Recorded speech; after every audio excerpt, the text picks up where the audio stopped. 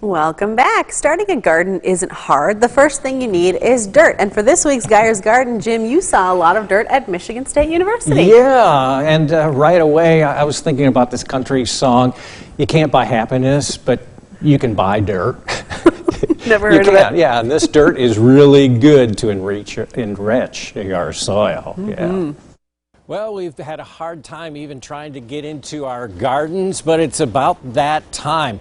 And right now we're going to talk about dirt. Yes, dirt. All right, we'll call it a little more than that. We're actually going to talk about compound.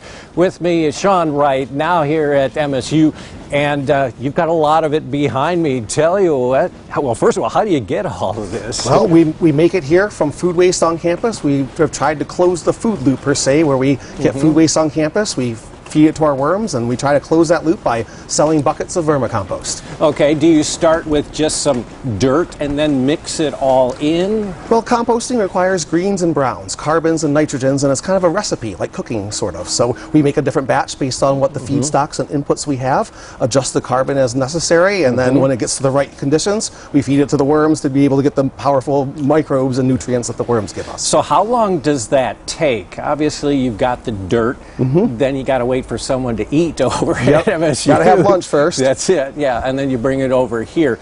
So after all of that is here, you have to probably kind of get it grounded in or something like that? Yeah, we pre-compost for about 3 weeks, where we get it in a hot compost pile, a traditional compost pile where it heats up and the power of microbes make that activity happen.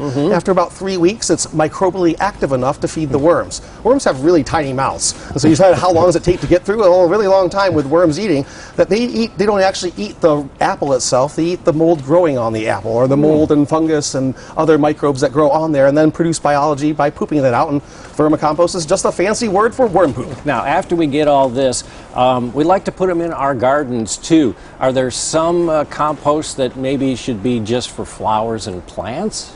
I mean, every compost can be tailored to what you're growing. You know, a person growing tomatoes in gardens would be different than cut flowers and that sort of thing. So different plants have different nutrients. Vermicompost is a very, very balanced blend that is good for pretty much all plants. I would implore you, if you're growing a specific plant, to make sure you know the nutrient profile and apply a compost appropriately. However, most composts are universal enough that you're not going to over nitrogen your plants or make them burn out or anything like that. Okay, you have one more sale coming up. Tell me when that is. Yeah, we have a sale that's running now through the end of May. It's our vermicompost sale, where it's 20% off for a bag of vermicompost. Okay, it's at the surplus store too. So yeah, if you need some dirt, they've got it in the garden. I'm Jim Geyer, 6 News.